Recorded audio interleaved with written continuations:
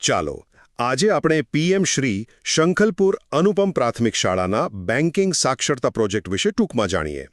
જરા વિચારો, સ્કૂલના બાળકો ક્લાસરૂમમાં બેસીને નહીં પણ સીધી એક આખી બેંક ચલાવીને પૈસાનું મેનેજમેન્ટ શીખી રહ્યા છે.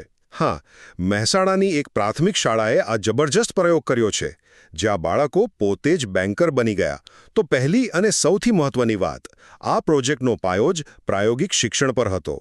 મતલબ કોઈ લાંબાચોળા લેક્ચર નહીં. બાળકો તો સીધા કાઉન્ટર પાછળ કામે લાગી ગયા. સ્કૂલમાં જ એસબીઆઈ અને બેંક ઓફ બરોડાના નકલી કાઉન્ટર બનાવવામાં આવ્યા અને ધોરણ 6 થી 8ના છોકરા છોકરીઓ પોતે જ મેનેજર અને કેશિયર બન્યા.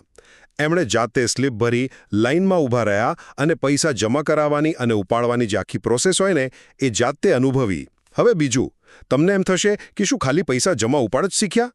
ના, બિલકુલ નહીં. આ પ્રોજેક્ટમાં બેન્કિંગનું લગભગ બધું જ શીખવામાં આવ્યું. બાળકોને ચેક કેમ લખાય એ શીખવાડ્યું, પાસબુકમાં એન્ટ્રી કેવી રીતે ચેક કરવી એ બતાવ્યું અને લેપટોપ પર ડિજિટલ બેન્કિંગ કઈ રીતે થાય છે એ પણ સમજાવ્યું. અને સાંભળો, એક વિદ્યાર્થી તો સિક્યુરિટી ગાર્ડ પણ બન્યો હતો. એણે શિસ્ત અને સલામતી કેમ જરૂરી છે એ સમજાવ્યું.